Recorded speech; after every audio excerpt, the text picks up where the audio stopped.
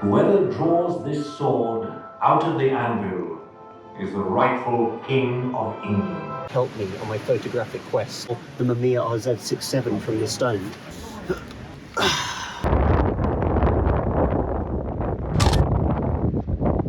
Excalibur!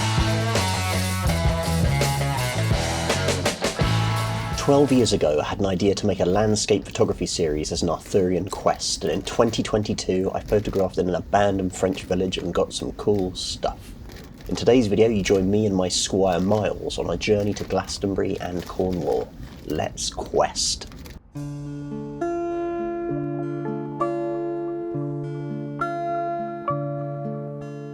Get in the front, let's go for a drive, seeking out the sacred sites. Hop in the front, we'll go for a ride, seeking out the sacred sites. Dolmens and menhirs, circles and barrows, old brown mounds, standing stones, ancient churches, wherever we go.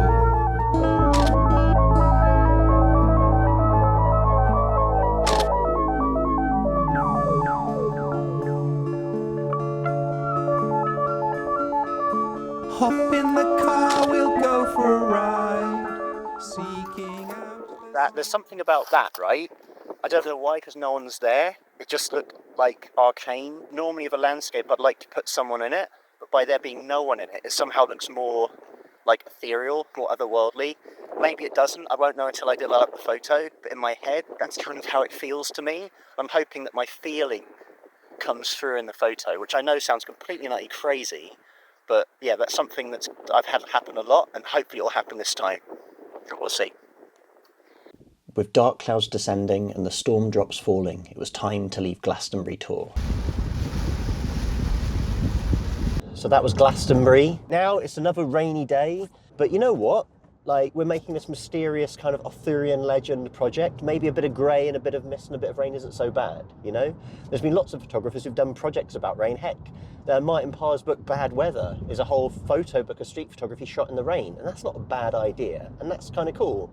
We've got an umbrella. Oh yeah, shoes got wet yesterday, so I used the hotel hairdryer to dry my shoes, which I thought was a nice little hack. And one thing is, right, a lot of the photos that I've seen doing my research, they are wonderful, man. Like, they're amazing landscape photos, but of course there are. It's like a tourist attraction, and millions of people have probably photographed it. Now, I know that I'm not going to compete with that, because literally I'm arriving on a rainy day with a very fine window. I'm just going to have to shoot how it is. If there's any cool atmospherics, any cool weather, that'll just be luck. Ansel Adams, very famous landscape photographer, he'd probably wait for days, ages, just to get the right shot. I'm not that kind of guy. Normally photographs, lots of photo essays to do with people. I get into really intense situations. I get a lot of photos. I get a lot of action.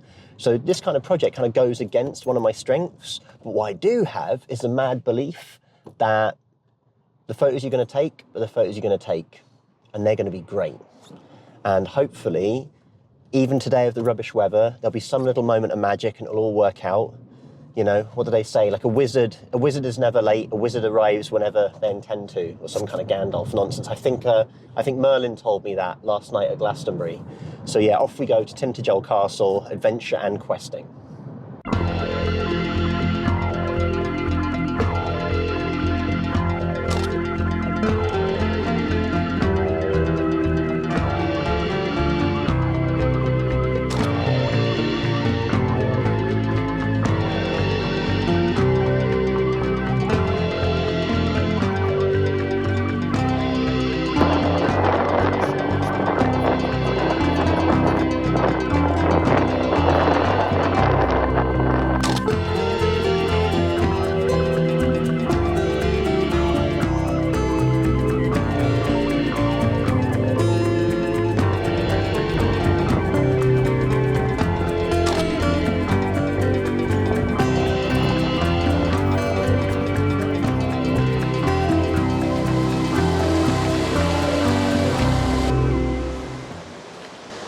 Merlin, Help me on my quest. I beseech thee.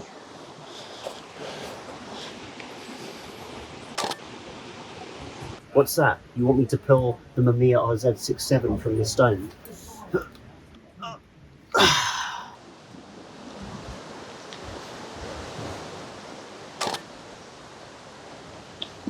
So it's funny that we're here with Merlin, because like I went photographing with my brother-in-law Miles, and we ended up photographing a road called Merlin Way, randomly. And who would have thought that we'd be now here having a chat? So here we go. This is Merlin's cave. I've spoken with Merlin, and now let's go. Let's venture into his cave. Don't worry, Miles. They won't hurt you.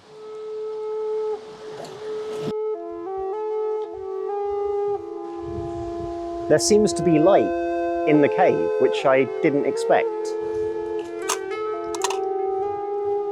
There we go, wow. So there's a lot of water here. I can't really see, it's pretty dark.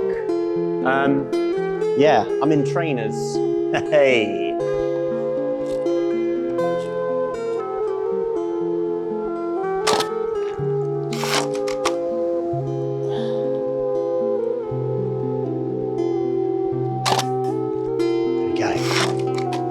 Good.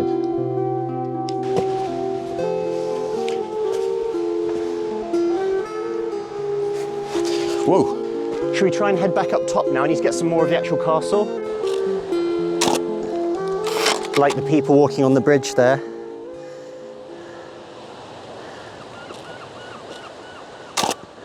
Three in a row.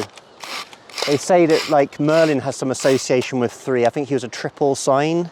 Like a triple star sign. So it sounds absolutely nuts, right? But when I was composing the photo back at the estate near where I live, Merlin Way, in the Merlin Way sign, there were three houses in the background. And although no one would ever guess that in a million years, I put those three houses in to represent the Trinity of Merlin. In the same way there were three people walking along the bridge. I know this sounds absolutely crazy and no one's gonna get it, but this is kind of how I guess, overthink the pictures I take. But you know, even if like no one gets it and I do, that's fine, because I'm trying to imbue it with meaning. I'm trying to imbue it with significance. There we go. I need to get a bit higher up. I don't want to go slipping down the hill. So I've changed roles of films in many silly places. Yeah, I've done it once when I was in a refugee camp in India and I had a really bad nosebleed and children surrounded me changing my infrared film in a black bag, because obviously I had to do it in complete darkness, and as I pulled out the roll of film I said, worst magic show ever. When I was in Chernobyl, I couldn't do what I'm doing now, putting my camera on the floor. You're not allowed to put anything on the floor because it might disturb the radioactive dust. And if you inhale radioactive dust, you're probably going to get lung cancer. Whereas today, you know what? The ground's a little bit dirty, a little bit wet. My camera doesn't mind that, and neither do I.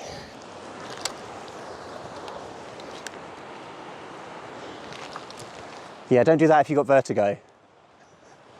Right, okay. How's that cave look, man? That's pretty cool, right?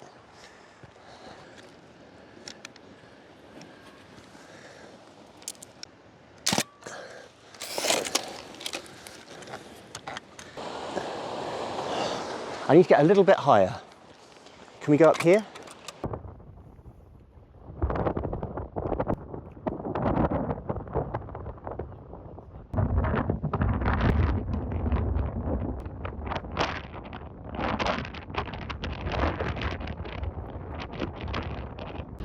Having photographed Tintagel Castle and Merlin's Cave, we headed back to Castle Camelot.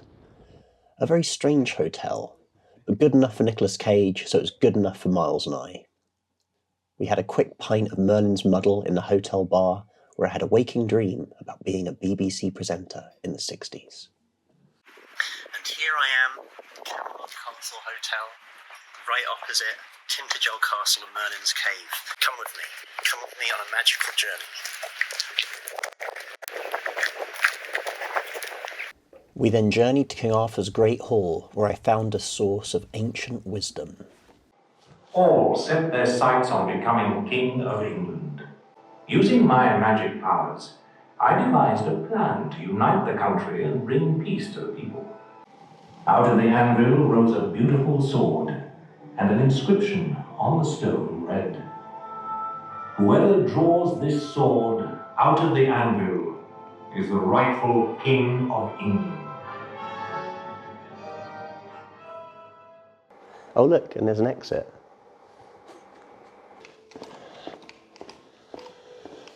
It's pretty cool, man. You seen the stained glass?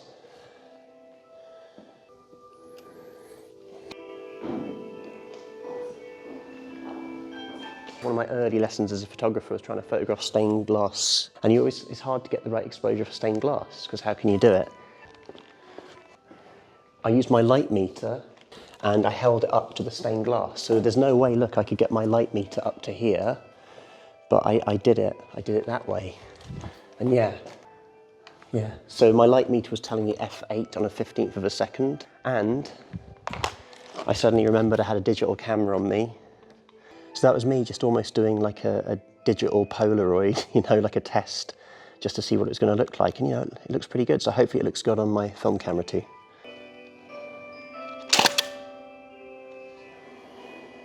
We left King Arthur's court and moseyed down Tintagel High Street for a quick pint at the King Arthur's Arms.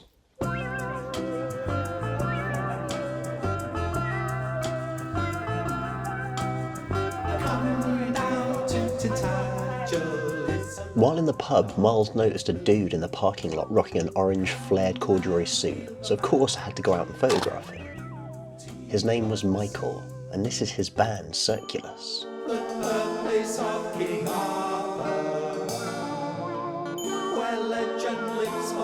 We spoke to each other, and then stuff got weird. Cosmic weird.